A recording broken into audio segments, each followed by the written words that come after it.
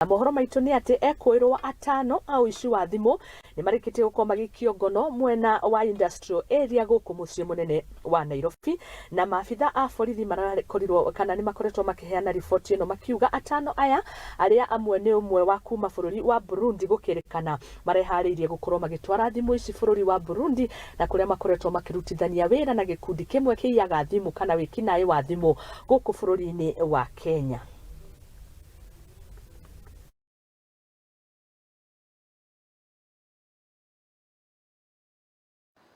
My undercover team, in charge being Inspector Samson Marwa, have been following up reports of snatching of phones, robberies, and the phones are being stolen.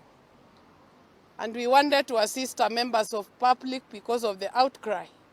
And we had to follow one by one. Until today, we have succeeded to arrest the suspects who are taking the phones to Burundi.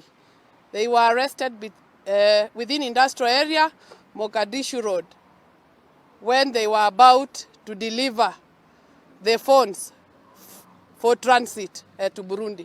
They were on transit and the undercover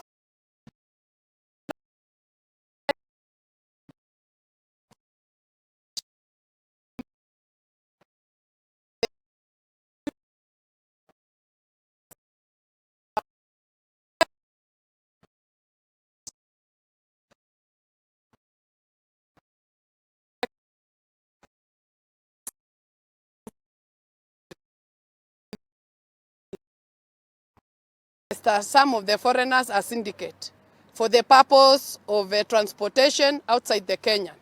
But we know the main suspects are Kenyans.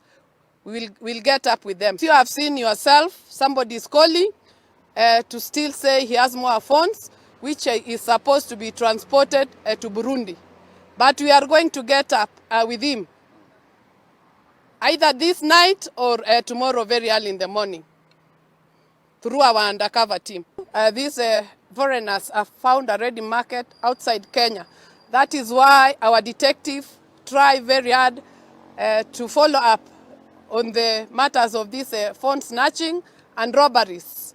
But now we have known, we are on top of the things, and no phone which is stolen will go outside the jurisdiction of Nairobi or Kenya. The phones are in industrial area police station, and we are appealing to members of public to come to industrial area and identify their phones.